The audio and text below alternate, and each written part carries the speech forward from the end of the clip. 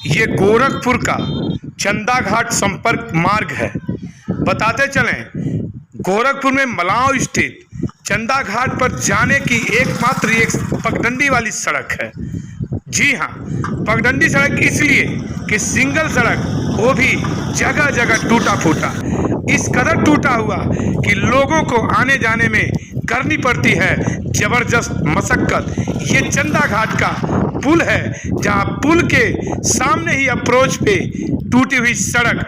मैं सबसे पहले आपको बताया था भोजपुरी न्यूज टाइम पे कि अप्रोच बनते ही उखड़ गया था, बिखर गया था, और आज ये 3 साल से संपर्क मार्ग ये चंदा घाट पक्के पुल से चल रहा है, लेकिन सड़क का कोई पुरसा हाल नहीं है।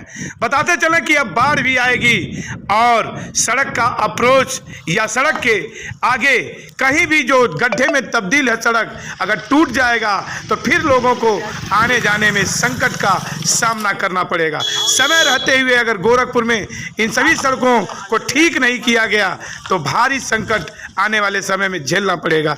ये गोरखपुर की सड़कों का हाल है। ये बयां करती है रोती हुई सड़क, बिलखती हुई सड़क, अपने दुर्दिन पे आंसू बहाते हुए ये मांग करती है उत्तर प्रदेश सरकार से कि मेरे भी दिन पौरे। ये मलाव से आगे जब कसिहार की तरफ बढ़ेंगे तो ये कोई तालाब या नदी नहीं है, ये कोई पोखरा नहीं है, ये सड़क है, मेन मार्ग मलाव कसिहार का, जो जोड़ती है चंदा घाट से सीधे देवरिया बाईपास को।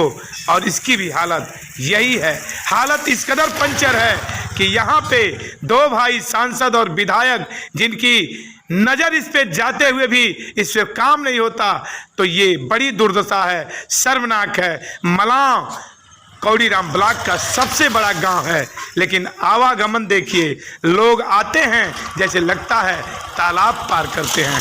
ये सड़क कसिहार को जाने वाली सड़क, जो बार बार हिचकोले खाते हुए लोग इस पे आवागमन करते हैं तो आंसू बहाते हैं। कसिहार से मलाव और मलाव से चंदा घाट और चंदा घाट से प्यासी होते हुए सीधे करजहां या मोतीराम जाने वाली सड़क पे आए दिन जाम लगता है और दुर्दशा के लोग शिकार होते हैं।